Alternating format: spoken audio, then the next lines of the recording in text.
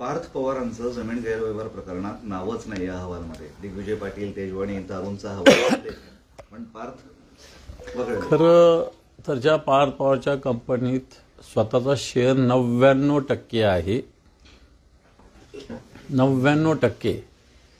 जर त्यांचा या सगळ्याच्यात, आणि ही काही चौकशी फक्त पार्थ पवारच्या विषयी नाही आहे, नसली पाहिजे.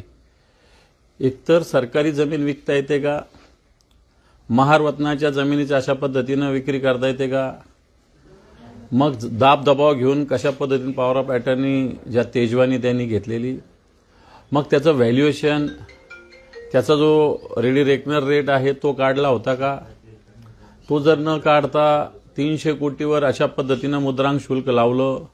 आता हे मुद्रांक शुल्क, ही जमीन जर रद्द व्यवहार करायचा तर ज्याच्या नावावर केलं त्याला आधीचा आणि आता पुन्हा तेवढाच असा मुद्रांक शुल्क भरावं लागेल. आणि म्हणून या सगळ्या विषयामध्ये पार्थ पवार ज्या कंपनीचे संचालक आणि ज्याचा 99% शेअर आहे त्याचं नाव याच्यात येत नाही, आणि ज्याचा 1% शेअर आहे. मला असं वाटतं येणाऱ्या काळात महाराष्ट्रात काय देशात सुद्धा जर अशा घटना गेल्या तर मला असं वाटतं सरकारने अशाच पद्धतीनं न्याय सगळ्यांनाही द्यावा. 1% आता एखाद्या वेळेस एखादा 0.1% सुद्धा शेअर होल्डर येतील, आणि नंतर 99.99 वाले त्याच्या नावावर काही गोष्टी करतील, चुकीचे कामं करतील आणि त्याला कायद्याच्या खचाट्यात आणतील. वाटतं ही वृत्ती येणार काळात होऊ शकते. त्यामुळं पार्थ पवार सुटेल नाही तर अडकेल याच्यापेक्षा म्हातारी मेल्याचं दुःख नाही, पण काळ सोसावेल, आणि मग सरकारला याच्यामध्ये जो न्याय पार्थ पवारला लागला तो इतरांना सुद्धा लावावा लागेल. तिन्ही पक्षांचं याबाबत एकमत झालेलं दिसते, किमान पार्थला वाचवण्यात दिसतंय मला. आता कालचं तुम्ही बघितलेलं आहे सगळं, एकमेकाच्या पक्षातले कार्यकर्ते घेऊनही जसं एकमत आहे तसं पार्थ पवारला वाचवणं. कारण हे पहा, त्याला वाचवायचं का, कारण सगळ्यांच्याच हात दगडाखाली आहे. कोणी ना कोणी कुठं ना कुठं अडकलेलं आहे. प्रत्येक याच्यामध्ये कोणाचा ना कोणाचा हात आहे.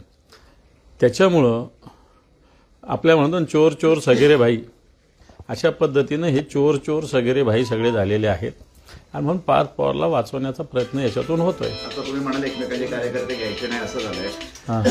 काल ते नाराजी नाट्य वगैरे आपण बघितलं. मात्र फडणवीसांचं असं म्हणणं आहे की मित्रपक्षांचे नेते पळवण्याची सुरुवात शिवसेनेनं केली होती, म्हणजे एकनाथ शिंदेच्या शिवसेनेनं, आणि नंतर हे सगळं घडत गेलंय, आणि नंतर नाराजी नाट्य. हे पहा, दोघे सारखेच आहे, दोघं सारखे आहे. इकडचे तिकडचे पळवले, शिंदेंना काही वाटलं नाही, पण त्यांच्या ठाण्यातल्या पळवल्यावर त्यांना दुःख झालेलं आहे. बाकीच्या महाराष्ट्रातले अनेक लोक भारतीय जनता पार्टीनं मागच्या वर्षभरात घेतलेले आहेत. त्यामुळे आजच त्याचा मुद्दा आला नाही, परंतु ज्यावेळेस त्यांच्या मुलाच्या मतदारसंघात या गोष्टी घडल्या मोठ्या प्रमाणावर डोंबिवलीमध्ये, त्याच्यानंतर हा सगळा विषय झालेला आहे. नाही तर त्याच्या आधी काय शिंदे गटाने भाजपचे आणि भाजपने शिंदे गटाचे लोक घेतले नाही का?